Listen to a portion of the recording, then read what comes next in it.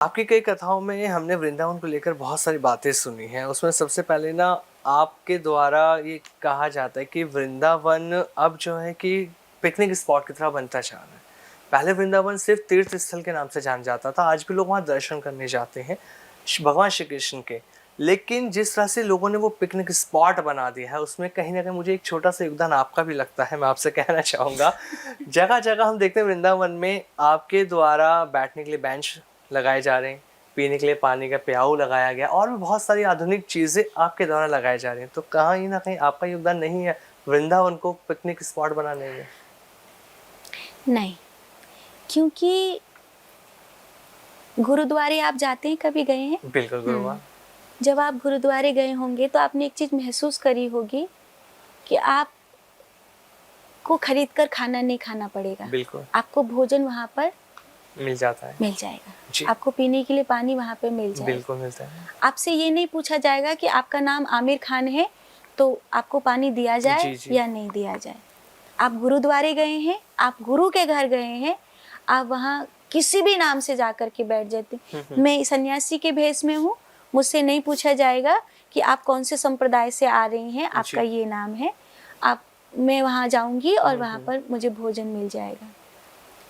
मेरी अंदरूनी एक फीलिंग्स है कि कोई बांके बिहारी के पास आए, कोई राधा रमन लाल जी के पास आए, कोई कहे कि मैं राधा रानी की धरती पे जा रहा हूँ। तो जब कोई माँ के पास जाता है, हनुमान जी भी जब अशोक वाटिका में गए थे, सीता मैया के पास कुछ नहीं था जी। लेकिन हनुमान जी ने कहा माँ मुझे भूख लग रही है जी। तो माँ ने कहा कि यहाँ फल हैं बहुत सारे, उनको खा ले। हाँ। वो फल सीता जी के नहीं थे, पर बेटा माँ से मांगेगा तो माँ उसको देगी, और बेटा भी कहीं और नहीं मांगेगा। इतना लंबा सफर करके आया, कहीं नहीं बोला कि मुझे भूख लग रही है।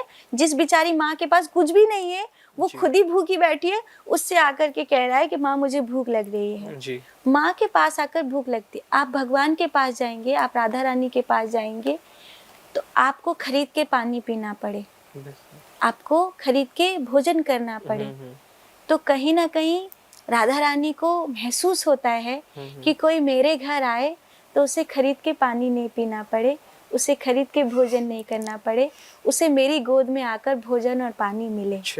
कोशिश मेरी यही है।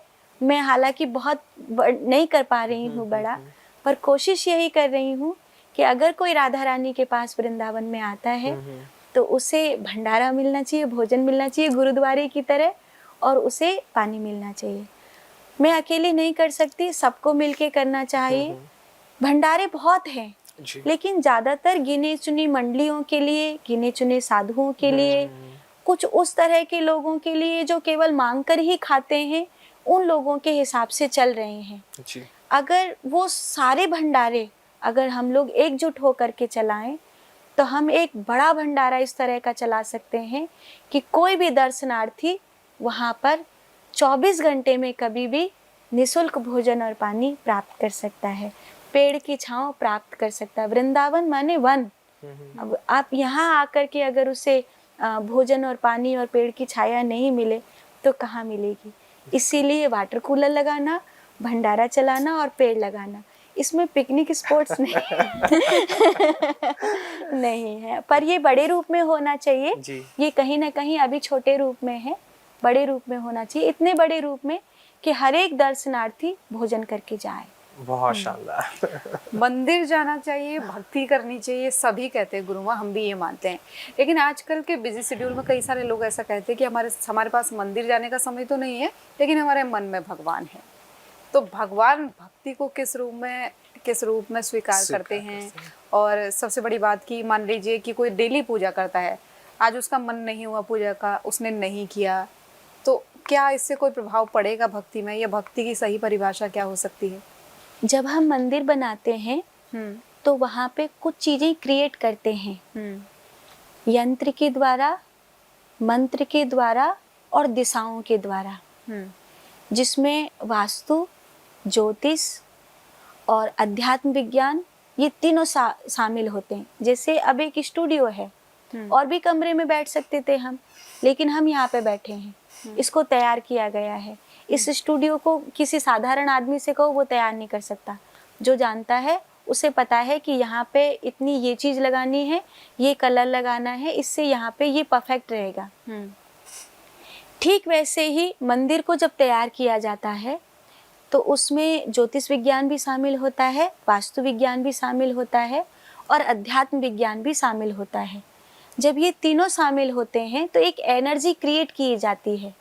उस एनर्जी को क्रिएट करके उस मूर्ति में कहीं ना कहीं कोई भी तपस्वी संत महात्मा अपने प्राण ऊर्जा से प्राण फूंकता है, वो उसको जीवंत करता है।